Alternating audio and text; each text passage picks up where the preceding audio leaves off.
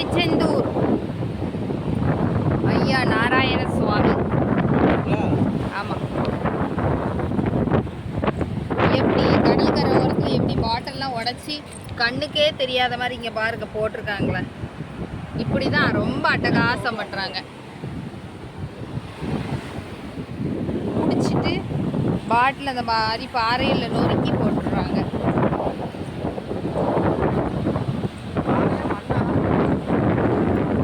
பாறை